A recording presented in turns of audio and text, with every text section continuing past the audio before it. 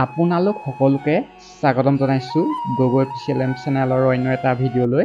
আজি মই আপোনালোকক মহাভাৰতৰ সৈতে সম্পৰ্কিত এটা ঘটনা কওঁ, য'ত 5জন পাণ্ডৱে তেওঁলোকৰ মৃত পিতৃ পাণ্ডু শৰীৰৰ মাংস খাইছিল। তেওঁলোকে কিয় এনে কৰিছিল জানিবলৈ আমি প্ৰথমে পাণ্ডৱসকলৰ জন্মৰ বিষয়ে জানিব লাগিব। পাণ্ডুৰ 5জন পুত্ৰ যুধিষ্ঠিৰ, ভীম, অৰ্জুন, নকুল আৰু সহদেৱ আছিল। তেওঁলোকৰ ভিতৰত যুধিষ্ঠিৰ, ভীম আৰু অৰ্জুনৰ মাতৃ কুন্তি আৰু নকুল সহদেৱৰ মাতৃ আছিল মাদ্ৰী। পাণ্ডু এই 5জন পুত্ৰৰ পিতৃ আছিল, কিন্তু তেওঁলোক পাণ্ডুৰ বীৰ্য আৰু সহবাসৰ পৰা জন্ম হোৱা নাছিল, কাৰণ পাণ্ডু এটা অভিশাপ আছিল যে তেওঁ জন্ম সম্ভোগ কৰাৰ লগে লগে তেওঁ মৃত্যুবৰণ কৰিব। সেয়েহে পাণ্ডুৰ আগ্ৰহত এই পুত্ৰ কুন্তি আৰু মাদ্ৰীয়ে ঈশ্বৰক আহ্বান কৰি পাত্ৰ কৰিছিল। যেতিয়া পাণ্ডুৰ মৃত্যু হৈছিল, তেতিয়া তেওঁৰ মৃতদেহৰ মাংস 5জন ভাতৃয়ে মিলি একেলগে খাইছিল। তেওঁলোকে এয়া কৰিছিল কাৰণ পাণ্ডুৰ নিজে এই ইচ্ছা আছিল। তেওঁৰ পুত্ৰসকলৰ জন্ম তেওঁৰ বীৰ্যৰ পৰা হোৱা নাছিল, সেয়ে পাণ্ডুৰ জ্ঞান দক্ষতা তেওঁৰ সন্তানলৈ স্থানান্তৰিত হোৱা নাছিল।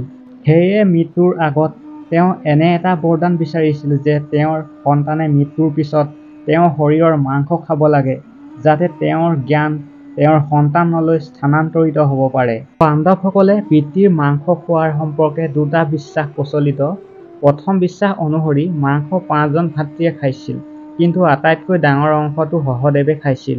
আন এটা বিশ্বাস অনুসৰি পিতৃৰ ইচ্ছা অনুসৰণ কৰি কেৱল সহদেৱে তেওঁৰ মগজুৰ 3টা অংশ খাইছিল। প্ৰথম টুকুৰাটো খোৱাৰ লগে লগে সহদেৱৰ ইতিহাসৰ জ্ঞান হ'ল, আৰু দ্বিতীয় টুকুৰাটো বৰ্তমান আৰু তৃতীয় টুকুৰাটো ভৱিষ্যতৰ। সেইকাৰণেই সহদেৱ 5জন ভাতৃৰ ভিতৰত আটাইতকৈ জ্ঞানী আছিল, আৰু এইটোৱে তেওঁক ভৱিষ্যতে ঘটিব লগা ঘটনাবোৰ চাবলৈ শক্তি প্ৰদান কৰিছিল। শাস্ত্ৰ অনুসৰি শ্ৰীকৃষ্ণৰ বাহিৰেও তেওঁ একমাত্ৰ ব্যক্তি আছিল যি ভৱিষ্যতে হ'বলগীয়া মহাভাৰতৰ যুদ্ধৰ বিষয়ে সকলো জানিছিল। শ্ৰীকৃষ্ণই ভয় কৰিছিল যে ক'ৰবাত সহদেৱে এই সকলোবোৰ কথা যেন আনক নকয়।